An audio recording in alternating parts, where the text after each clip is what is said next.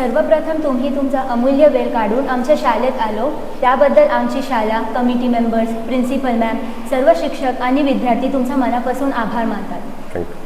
तुम्ही इतकी वर्षे इंडियन आर्मीमध्ये देशसेवा केली, देशाचे रक्षण केले, परंतु आर्मीमध्येच नोकरी करायची असे तुम्हाला का वाटले?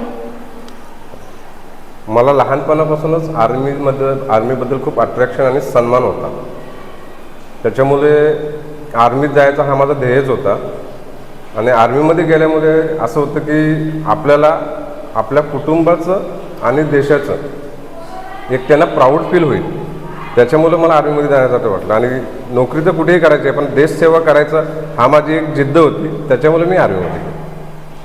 इतकी वर्ष देशसेवा करताना तुमच्या आयुष्यातील घडलेली एखादी महत्त्वपूर्ण घटना आम्हाला थोडक्यात सांगू शकाल का? इन्सिडेंट तर भरपूर घडलेत तिथे, पण ठीक आहे, एखादा तुम्हाला सांगतो मी। जसं कारगिल वार जेव्हा झाला त्यावेळेस तिथे आमची बटालियन पूर्ण होती, समोर एकाला गोळी लागली मित्राला, पण बंकरमधून वर उडता नाही आला आम्हाला, कारण त्याला वाचवायला जायचं तर पुढून फायर होत होतं, तर फायर आल्यामुळे आम्हाला पुढं जाता येत नव्हतं त्याला वाचवण्यासाठी।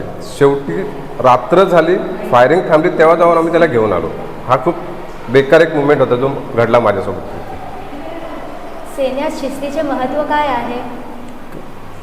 डिसिप्लिन, अनुशासन तर सैन्यामध्ये अनुशासन तर खूप महत्त्वाचं आहे, कारण अनुशासनमुळेच एखाद्या सिनियर अधिकाऱ्याने आपल्याला एखादा आदेश दिला तर त्या आदेशाचं पालन आपण त्या अनुशासनमुळेच करतो।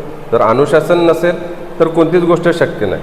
त्याच्यासाठी अनुशासन हा खूप महत्त्वाचा आणि खूपच इम्पॉर्टंट आहे, जो अनुशासन आपल्याला पाहिजे। त्याच्यामुळं काय होतं, टाईम, आपला समयची पाबंदी किंवा जिम्मेदारी, एखादा आदेश भेटला तर त्याच्यावरती आपल्याला कारवाई करायची आहे, त्याच्यासाठी अनुशासन खूप आणि खूप जरुरी आहे।